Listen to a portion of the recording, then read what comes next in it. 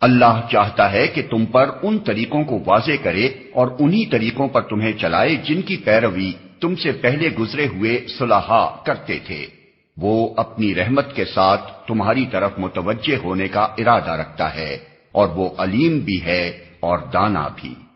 ہاں، اللہ تو تم پر رحمت کے ساتھ توجہ کرنا چاہتا ہے، مگر جو لوگ خود اپنی خواہشات نفس کی پیروی کر رہے ہیں وہ چاہتے ہیں کہ تم راہ راست سے ہٹ کر دور نکل جاؤ۔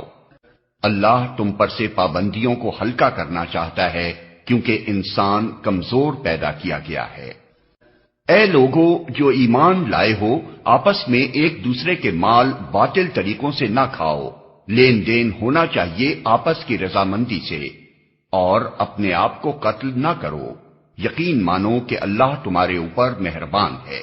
جو شخص ظلم و زیادتی کے ساتھ ایسا کرے گا اس کو ہم ضرور آگ میں جھونکیں گے، اور یہ اللہ کے لیے کوئی مشکل کام نہیں ہے۔ اگر تم ان بڑے بڑے گناہوں سے پرہیز کرتے رہو جن سے تمہیں منع کیا جا رہا ہے تو تمہاری چھوٹی موٹی برائیوں کو ہم تمہارے حساب سے ساقط کر دیں گے اور تم کو عزت کی جگہ داخل کریں گے۔ اور جو کچھ اللہ نے تم میں سے کسی کو دوسروں کے مقابلے میں زیادہ دیا ہے اس کی تمنا نہ کرو۔ جو کچھ مردوں نے کمایا ہے اس کے مطابق ان کا حصہ ہے، اور جو کچھ عورتوں نے کمایا ہے اس کے مطابق ان کا حصہ۔